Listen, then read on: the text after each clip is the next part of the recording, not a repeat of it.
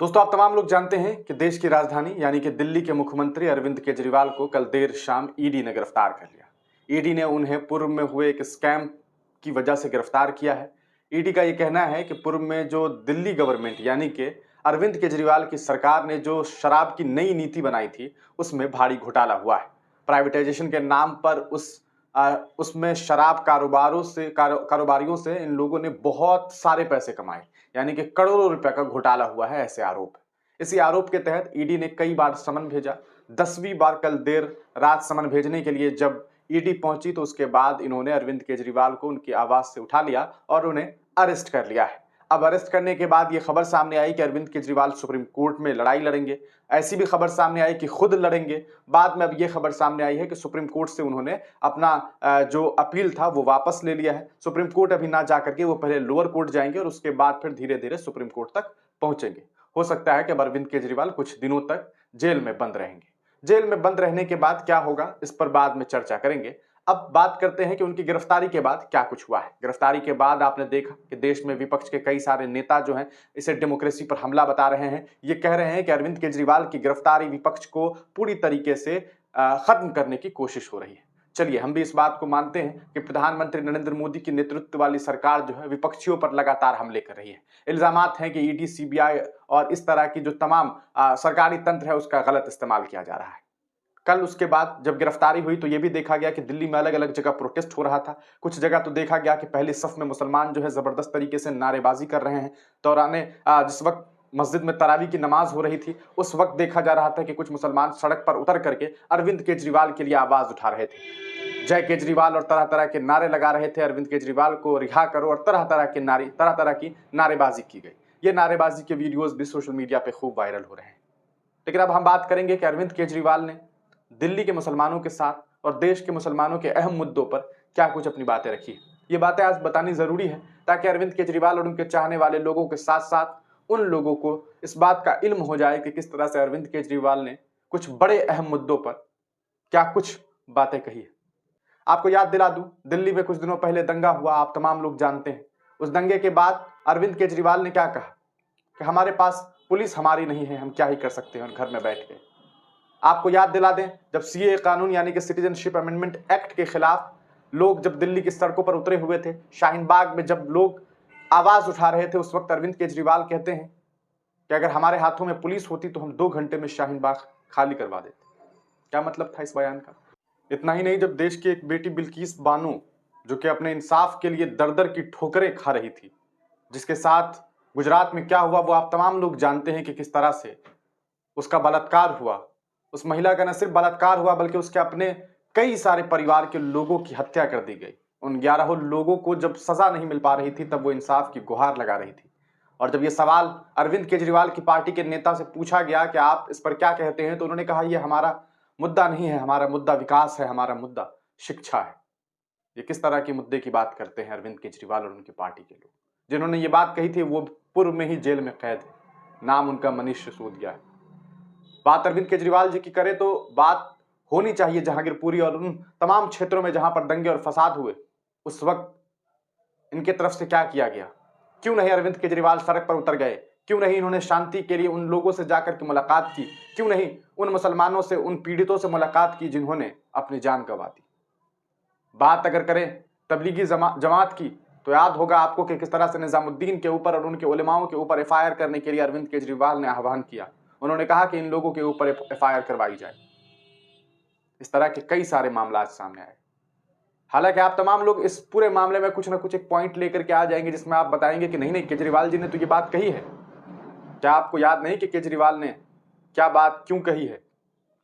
CA का जब protest हो रहा था तब अरविंद केजरीवाल उस प्रोटेस्ट में नहीं पहुंच सकते थे, उस प्रोटेस्ट में नहीं जा सकते थे। वो ये कह सकते थे कि 2 घंटे दीजिए, हम 2 घंटे के लिए हमें पुलिस दीजिए, हम पूरे शाहीन बाग हटा देंगे। लेकिन वही केजरीवाल सीए के खिलाफ बोल रहे हैं। क्यों? क्योंकि उनका इसमें राजनीतिक फायदा है। याद है आपको आज दिल्ली में आम आदमी पार्टी के नेताओं के द्वारा क्या किया जा रहा है? वो सड़क पर उतरे हुए हैं, उनके समर्थक सड़क पर उतरे हुए हैं। और जब यही बात देश के एक नौजवान शर्जील इमाम ने कही थी कि हम चिकन नेक करेंगे, जिसका मतलब साफ था कि हम चक्का जाम करेंगे।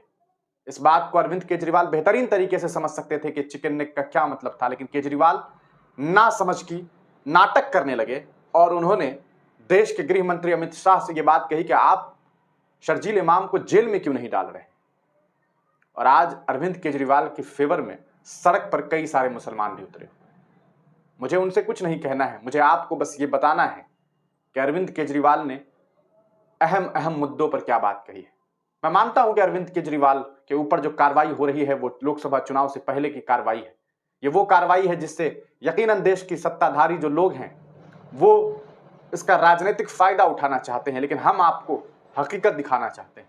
आइए हम आपको कुछ तस्वीरें दिखाते हैं और कुछ ट्वीट्स दिखाते हैं जिससे आपको तमाम बातें समझ में आ जाएगी। आइए कुछ ट्वीट्स आपको दिखाते हैं और इस ट्वीट्स को आपको देखना चाहिए। निजामुद्दीन वाले मामले में Arvind Kejriwal orders FIR against मौलाना। इनका यह कहना था कि निजामुद्दीन मरकज की वजह से कोरोना फैला है, हालांकि इस बात में कोई सच्चाई नहीं थी। ऐसे कई सारे मामलात हुए, कई सारी कहा सकता है कि चीजें सामने आई जिससे यह बात साबित हुई कि निजामुद्दीन का और उस मरकज का इससे कोई लेना देना नहीं था।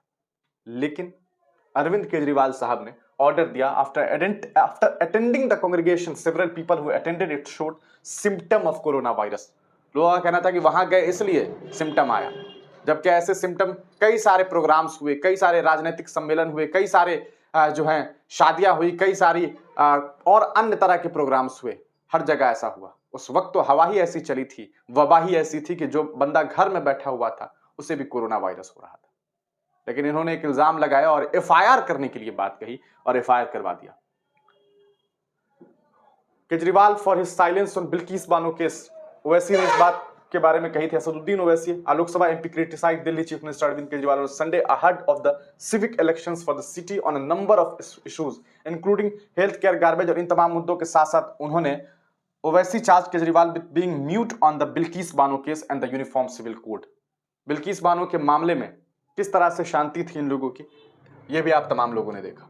ये देखिए, Gujarat polls, Manish Sisodia avoids question over Bilkis Bano case. Our main focus is on development such as education, schools, hospitals, employment. We are more concerned about the issues, Sisodia said. Sisodia साहब अब जेल में हैं। सिसोदिया साहब इसलिए जेल में हैं क्योंकि जिन्हें जेल में होना था उनके लिए इन्होंने आवाज उठाने से इनकार कर दिया और कहा कि हम डेवलपमेंट चाहते हैं। वाह, ये कैसा डेवलपमेंट आप चाहते हैं कि आप एक मुसलमान पीड़िता महिला के लिए आवाज नहीं उठा सकते। यह भी हकीकत है, यह भी एक सच्चाई है अरविंद केजरीवाल और उनकी पार्टी के नेता और उनकी पार्टी। आइए कुछ और ट्वीट्स आपको दिखाते हैं। Jahangirpuri violence, why Arvind Kejriwal silence is jarring. Arvind Kejriwal puzzling silence in the face of anti Muslim hate. सवाल तो बिल्कुल सही है ना कि क्यों ये चुप रहे, इनके लब क्यों सिल गए थे अरविंद केजरीवाल के। आखिर ऐसी कौन सी मजबूरी थी। ये कहते हैं कि हमारे पास पुलिस नहीं थी, तो पुलिस नहीं थी तो आप सड़क पर उतर जाते, आप उन लोगों तक पहुंच जाते जिन्हें दंगे में मारा जा रहा था, जिनके घरों को उजाड़ा जा रहा था, लेकिन आप नहीं पहुंचे। लेकिन आज वही मुसलमान पहली सफ में सड़क पर उतर करके आपके लिए आवाज उठा रहा है। सोचने वाली बात है। आइए कुछ और आपको मामलात की तरफ ले चलते हैं। ये एक ट्वीट देखिए। शर्जील ने असम को देश से अलग करने की बात कही, यह बेहद गंभीर है। शर्जील इमाम ने देश को असम से अलग करने की बात कभी नहीं कही थी। उन्होंने लफ्ज का इस्तेमाल किया था चिकन नेक, जिसका साफ मतलब था कि एक एरिया, मान लीजिए कि एक एरिया है, थोड़ी देर के लिए कश्मीर है, किसी ने कहा कि भैया चिकन नेक कर दो, इसका ये मतलब होता है कि इसे पूरी तरीके से जाम कर दो, यहाँ के लोग यहाँ नहीं आ पाएंगे, यहाँ के लोग यहाँ नहीं जा पाएंगे। ये था चिकन नेक। लेकिन अरविंद केजरीवाल ने कहा कि असम को देश से अलग करने की बात कही है, यह बेहद गंभीर है। आप देश के गृह मंत्री है, आपका यह बयान निकृष्ट राजनीति है। आपका धर्म है कि आप उसे तुरंत गिरफ्तार करें, उसे या ऐसा कहे 2 दिन हो गए, आप उसे गिरफ्तार क्यों नहीं कर रहे हैं? क्या मजबूरी है आपकी, या अभी और गंदी राजनीति करनी है? असल में राजनीति अरविंद केजरीवाल कर रहे थे और उस राजनीति का भेंट चल रहा था देश का एक नौजवान मुसलमान, एक पढ़ा लिखा नौजवान, एक बेहतरीन और काबिल नौजवान शर्जील इमाम, और आज वो जेल में कैद है। आज अरविंद केजरीवाल भी जेल में अपना वक्त गुजारेंगे। शायद उन्हें इस बात का एहसास होगा कि जेल क्या चीज है, और शायद उन्हें यह अनुभव होनी भी चाहिए, क्योंकि अगर अरविंद केजरीवाल जैसा पढ़ा लिखा व्यक्ति चिकन नेक का मतलब नहीं समझता है तो बात साफ होती है कि वो समझना नहीं चाहते हैं।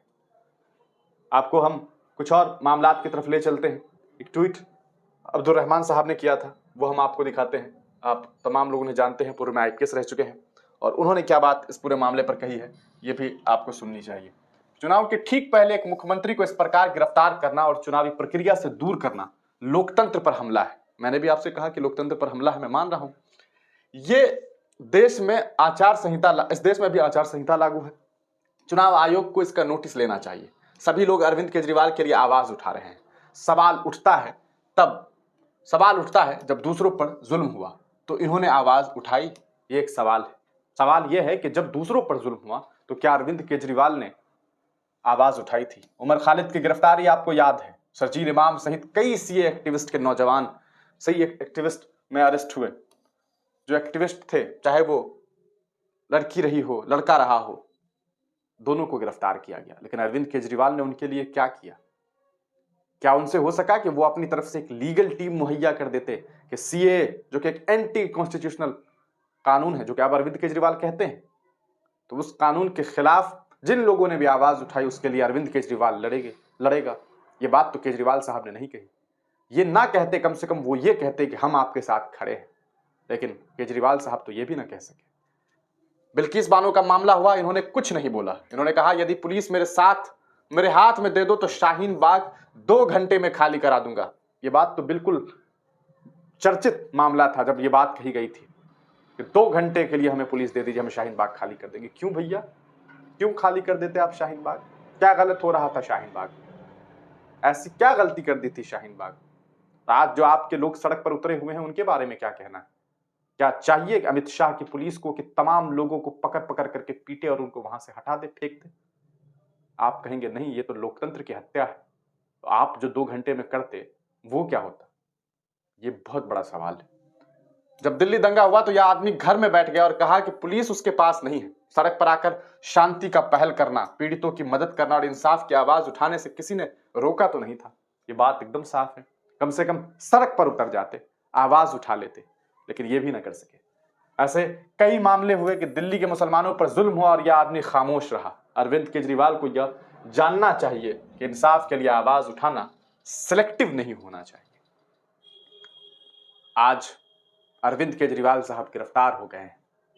हमें मालूम है कि उनकी गिरफ्तारी के पीछे राजनीतिक वजह है, यकीनन कुछ न कुछ राजनीतिक वजह है। सत्यपाल मलिक पूर्व गवर्नर ने आज से लगभग 10 महीना पहले बीबीसी से बातचीत करते हुए यह बात कही थी कि चुनाव से पहले अरविंद केजरीवाल को अंदर कर दिया जाएगा। पत्रकार ने पूछा कि आप श्योर हैं इस बात को लेकर के? उन्होंने कहा 100%, और ऐसा हुआ भी। केजरीवाल साहब गिरफ्तार कर लिए गए हैं करोड़ों रुपए के स्कैम के नाम पर। शराब वैसे भी इंसान के लिए हानिकारक होता है, एक राजनीतिक पार्टी के लिए कितना हानिकारक हो चुका है, इसका अंदाजा आपको इस लीकर स्कैम से समझ आ रहा होगा। लीकर स्कैम कितना सही है, कितना गलत है, इसमें अरविंद केजरीवाल का कोई रोल है नहीं है, ये तमाम चीजें जांच का विषय है। लेकिन ये जो गिरफ्तारी है, इसमें कोई शक नहीं है कि इस गिरफ्तारी के पीछे राजनीतिक वजह भी है। लेकिन केजरीवाल की जो चुप्पी मुसलमानों के लिए थी, इस बात से भी कोई इनकार नहीं कर सकता है। इसलिए हमने सोचा कि आपको बताएं कि किस तरह से मुसलमानों के अहम मुद्दों पर अरविंद केजरीवाल ने चुप्पी साधी थी। आप तमाम लोगों का वीडियो देखने के लिए बहुत बहुत शुक्रिया। अपनी राय कमेंट सेक्शन में जरूर दीजिएगा।